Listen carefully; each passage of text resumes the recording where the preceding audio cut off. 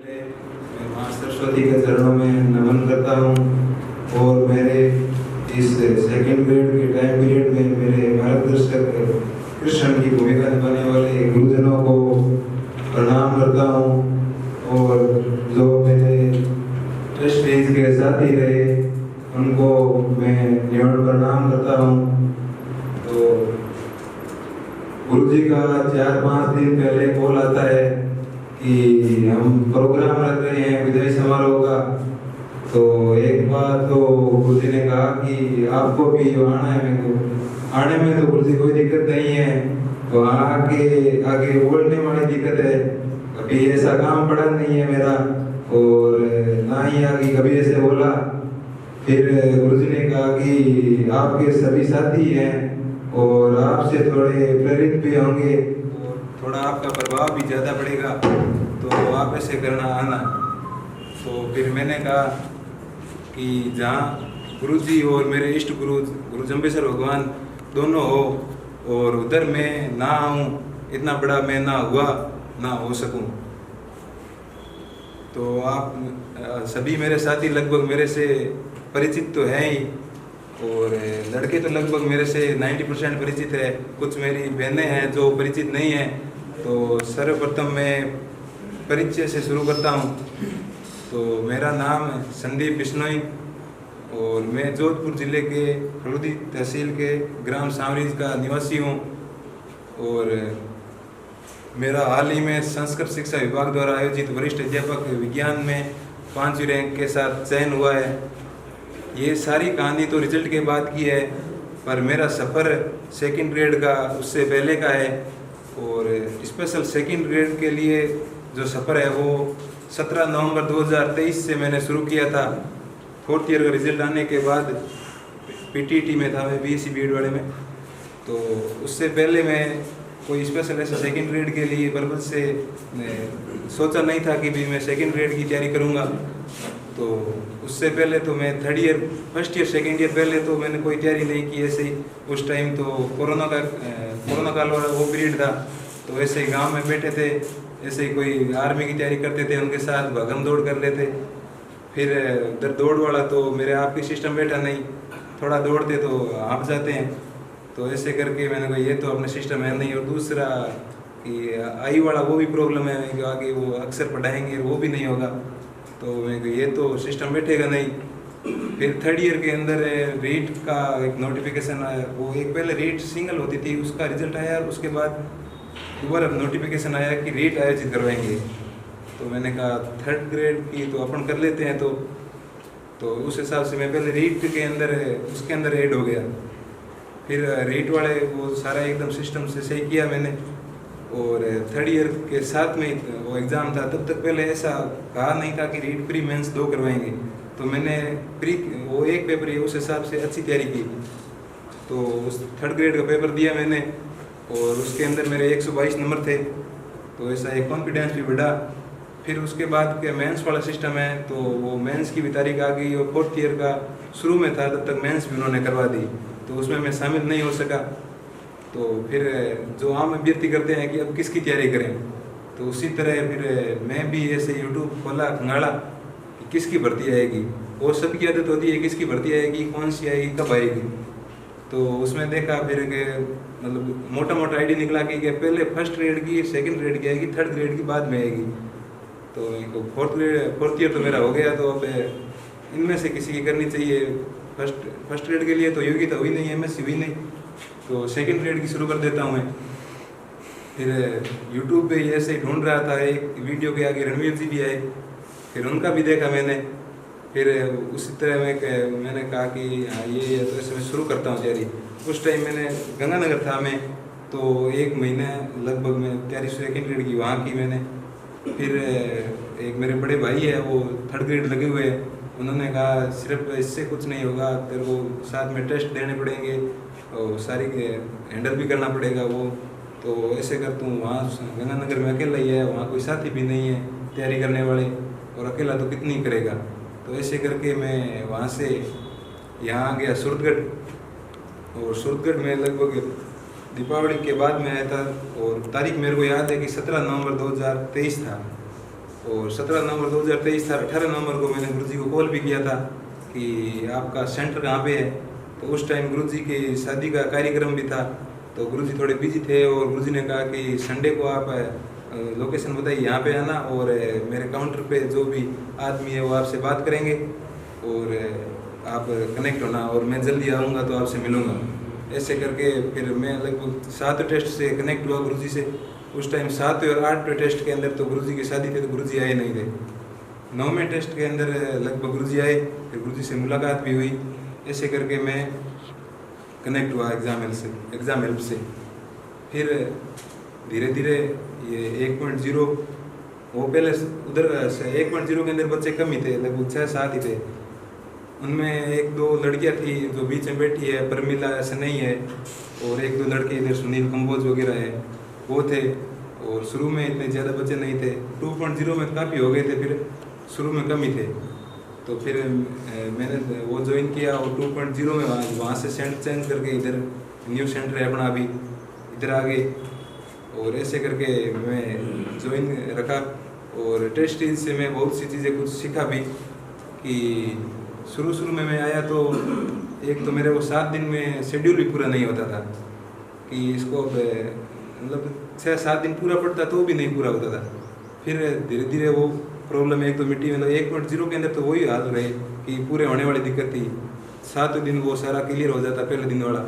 ऐसे करके 7 दिन ऐसे संडे को सुबह दोपहर को टेस्ट है तो सुबह वापस देखो सारी, वो तो भूल गया था मैं 7 दिन ही। फिर वो प्रॉब्लम रही।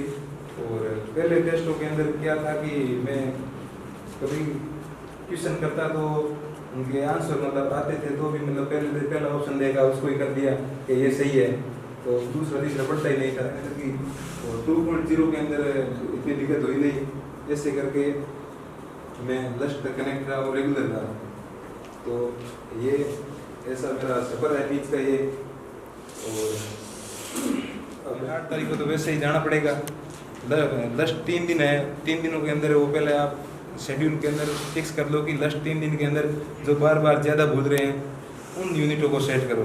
जैसे कि बायोलॉजी के अंदर टेक्सोनॉमी वाली यूनिट हो गई, core data non core data हुआ, प्लांट टेक्सोनॉमी की एंजियोस्पर्म फैमिली हुई, ऐसे एनाटॉमी वाली जिसके अंदर सिली मिस्टेक हो सकती है उस टाइप की यूनिट हुई जो मतलब बार बार भूल रहे हैं। कुछ केमिस्ट्री की यूनिटें हैं जो आपको हार्ड लगे, अपनी अपनी प्रॉब्लम के अनुसार जो हार्ड लगे वो लास्ट 3 दिनों के अंदर सेट कर दो। 3 दिनों के अंदर उनको अच्छे से कर लेंगे तो बाकी यूनिटों से क्वेश्चन हो जाएगा, वो दिक्कत नहीं है। क्योंकि जो इतना रटने वाला उनमें सिस्टम है नहीं, समझने वाला है, तो उनमें दिक्कत आएगी नहीं। दिक्कत उसमें ही आती है जो यूनिट लास्ट में सेट कर लो।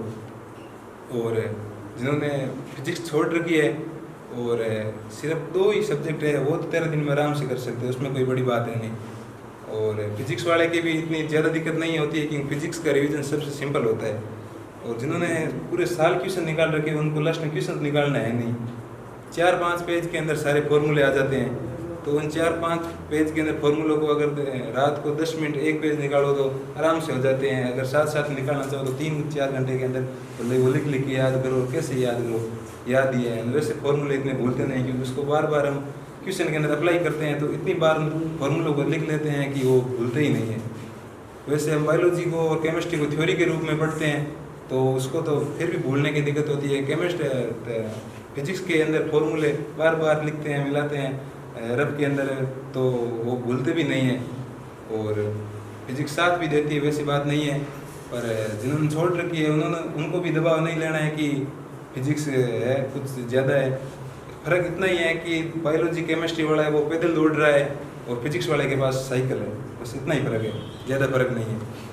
तो अब लास्ट दिनों के अंदर एक प्रॉब्लम और होगी कि कुछ याद नहीं है। ये प्रॉब्लम सभी के साथ होती है, चाहे फर्स्ट रैंकर हो या लास्ट रैंकर हो, ये प्रॉब्लम सबके साथ होती है। याद सब कुछ होता है, वो अपने माइंड के अंदर स्टोर रहता है और वो अवचेतन मन के अंदर रहता है। और जैसे हम क्वेश्चन को देखते हैं तो अपने आप ऑप्शन को पढ़ते हैं तो वो सारा मैटर निकल जाता है। तो अगर आपको ये लगे कि क्या पता नहीं निकले तो आप इसका प्रैक्टिकल भी कर सकते हो। भले सर के जो पेपर लिए हुए हैं उनमें से कोई एक रैंडम पेपर उठा लो और उसके 20 क्वेश्चन कोई भी रैंडमली उठा लो, कोई 20 क्वेश्चन और उनको करो। अगर आपके 15-16 80% से ज़्यादा क्वेश्चन सही हो रहे हैं तो मतलब 80% के लगभग आप जा रहे हो, तो समझ जाओ कि आपको याद है। और ये प्रॉब्लम तो सबको ऐसे लगता ही है, बाकी है नहीं ये प्रॉब्लम, ऐसा महसूस सबको होता है। और अब एक है कि कॉन्फिडेंस नहीं आता लास्ट के अंदर कि क्या पता होएगा कि नहीं होएगा। तो ये कॉन्फिडेंस तो आप ये सेम ही, इसका भी लॉजिक यही है कि आप कोई भी क्वेश्चन उठाओ किसी भी यूनिट के और उसके क्वेश्चन करो, अगर हो रहे हैं तो फिर ये सोचो ना कि ये हो रहे हैं, मैंने यूनिट कब की है तो भी हो रहे हैं, तो फिर कॉन्फिडेंस तो अपने आप बिल्डअप हो जाएगा।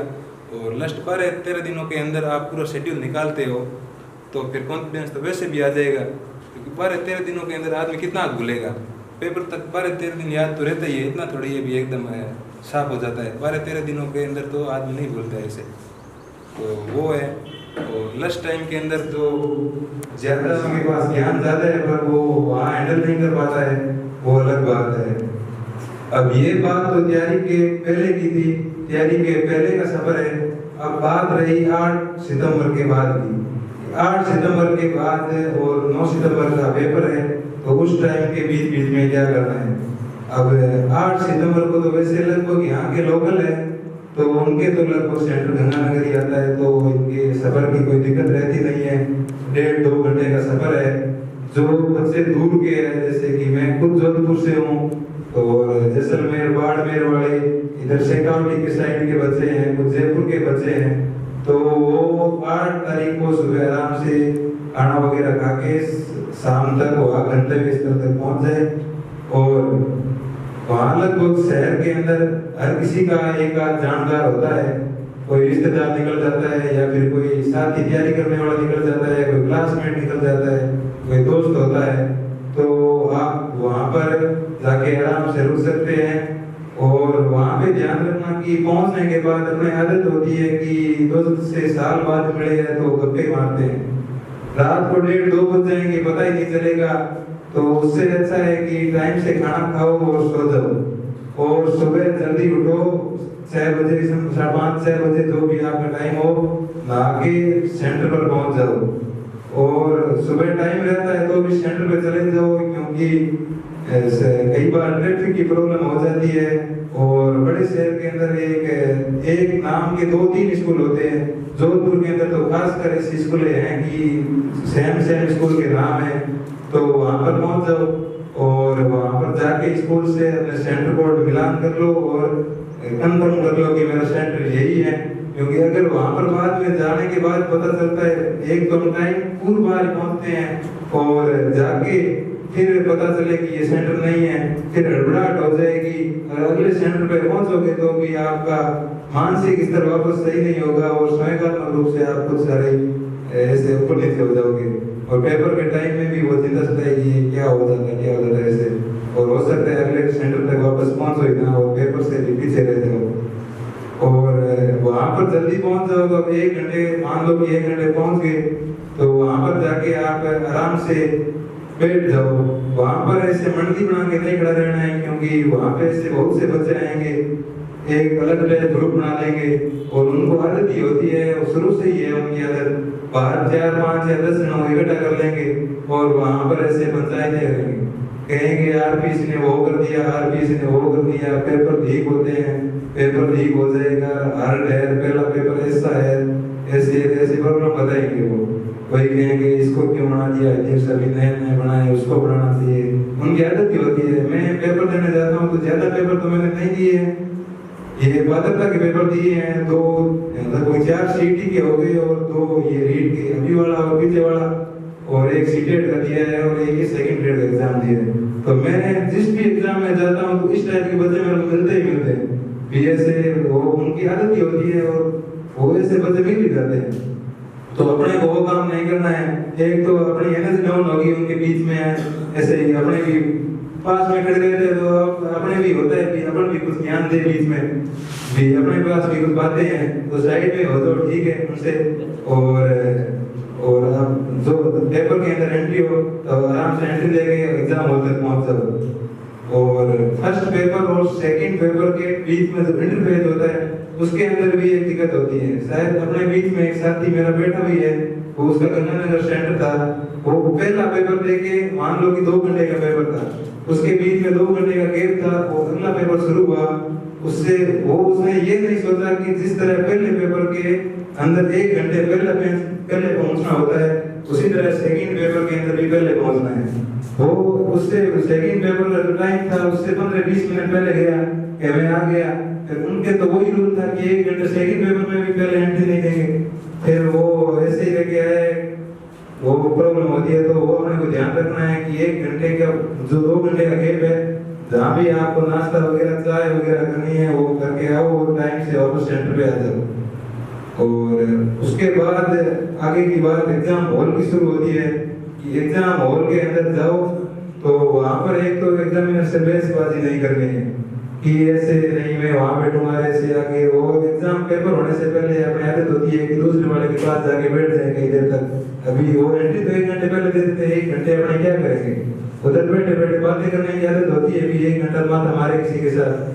तो वहाँ पर ऐसे वो एग्जामिनर के तो बहसबाजी नहीं करनी है, ऐसे दिमाग खराब होएगा।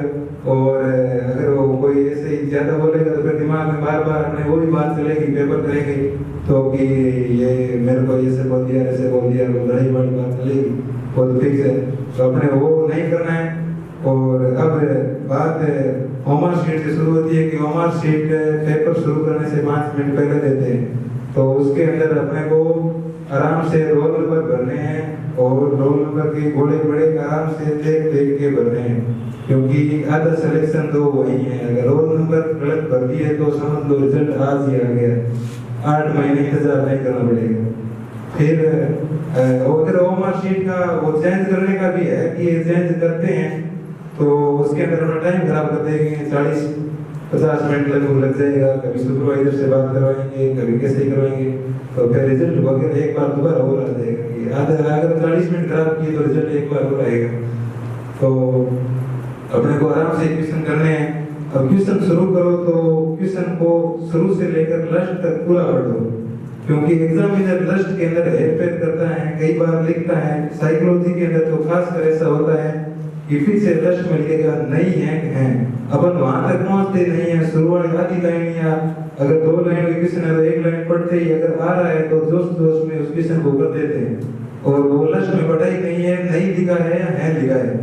और उस क्वेश्चन के अंदर उस टाइप के क्वेश्चन के अंदर एक तो क्वेश्चन है अपने ऐसे गलत होंगे, तो उन क्वेश्चन को गलत ना हो इससे बचने के लिए उस क्वेश्चन को शुरू से लेके लास्ट तक पूरा पढ़ो और चारों ऑप्शनों को पढ़ो। ऐसे नहीं हो पूरा क्वेश्चन पढ़ लिया पर पहला ऑप्शन पढ़ते ही उसको टिक कर दिया, तो उस ऑप्शन को टिक ना करो, 4 ऑप्शन पढ़ो। हाँ पहला आ रहा है फिर भी दूसरा तीसरा चौथा पढ़ो, क्योंकि कई बार एक ऑप्शन से दूसरा सवाई होता है तो उसको मानना उचित होता है।